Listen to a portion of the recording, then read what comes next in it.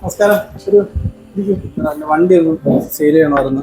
വണ്ടി ഏത് വണ്ടിയാണ്? സ്വിഫ്റ്റ് ആണ്. സ്വിഫ്റ്റ് ഏത് മോഡല്? 2017 മോഡൽ സിംഗിൾ ഓണറാണ്. ഓക്കെ. സെയിൽ അന്വേഷിച്ചപ്പോഴത്തേക്കും റേറ്റ് നല്ല താത്താണ്. പ്രതീക്ഷിക്കുന്നത് 4 ഏജൻസിയാണ്. പക്ഷേ 3.5 ആ റേഞ്ചൊക്കെയാണ് ബാക്കിയുള്ളവരൊക്കെ പറയുന്നത്. ഡീലേഴ്സ് ഒക്കെ പറയുമ്പോൾ ഈ റേഞ്ച് എടുക്കുള്ളൂ. ഒരു 3.5 റേഞ്ച് ഒക്കെ തന്നെയാണ് ഡീലേഴ്സ് എടുക്കുന്ന പ്രൈസ്. എത്രയാണ് നമുക്ക് മാക്സിമം കിട്ടിയ ഒരു 4.5 റേഞ്ച് 4.5 കിട്ടണം. മാക്സിമം റേറ്റ് കിട്ടണമെന്നുണ്ടെങ്കിൽ നമുക്കൊരു പാർക്ക് ആൻഡ് സെയിൽ ഫെസിലിറ്റി ഉണ്ട്. അങ്ങനെ ചെയ്യുകയാണെങ്കിൽ നമുക്ക് മാക്സിമം റേറ്റ് എടുത്തു തരാൻ പറ്റും. പാർക്ക് ആൻഡ് സെയിൽ എന്ന് പറഞ്ഞാൽ എങ്ങനെയാണ്? ഒരുപാട് സമയം പിടിക്കും. പാർക്ക് ആൻഡ് സെയിൽ എന്ന് പറഞ്ഞാൽ ഞങ്ങൾ ഡീൽ ചെയ്യുന്നത് കസ്റ്റമർ ടു കസ്റ്റമറാണ്. ഇപ്പോൾ നിങ്ങളെ വണ്ടി ഇവിടെ സേവ് വയ്ക്കാനായിട്ടിരിക്കുന്നു, ഒരു കസ്റ്റമറെ കാണിക്കുന്നു, നമ്മൾ വീഡിയോ ഒക്കെ ചെയ്താണ് കൊടുക്കുന്നത്.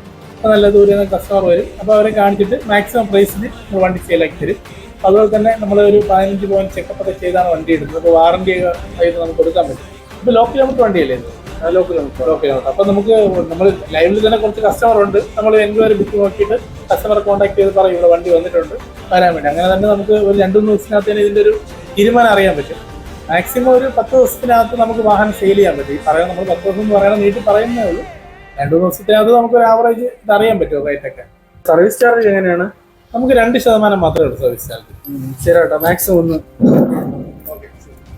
നിങ്ങൾക്ക് ഇതുപോലെ നിങ്ങളുടെ വാഹനങ്ങൾ വിൽക്കാനുണ്ടെങ്കിൽ ഞങ്ങളെ കോൺടാക്ട് ചെയ്യുന്നതാണ്. ഞങ്ങൾ പാർക്ക് ആൻഡ് സെയിൽ ചെയ്ത് മാക്സിമം റേറ്റിന് വേണ്ടി നിങ്ങളുടെ വാഹനങ്ങൾ വിറ്റ് തരുന്നതായിരിക്കും.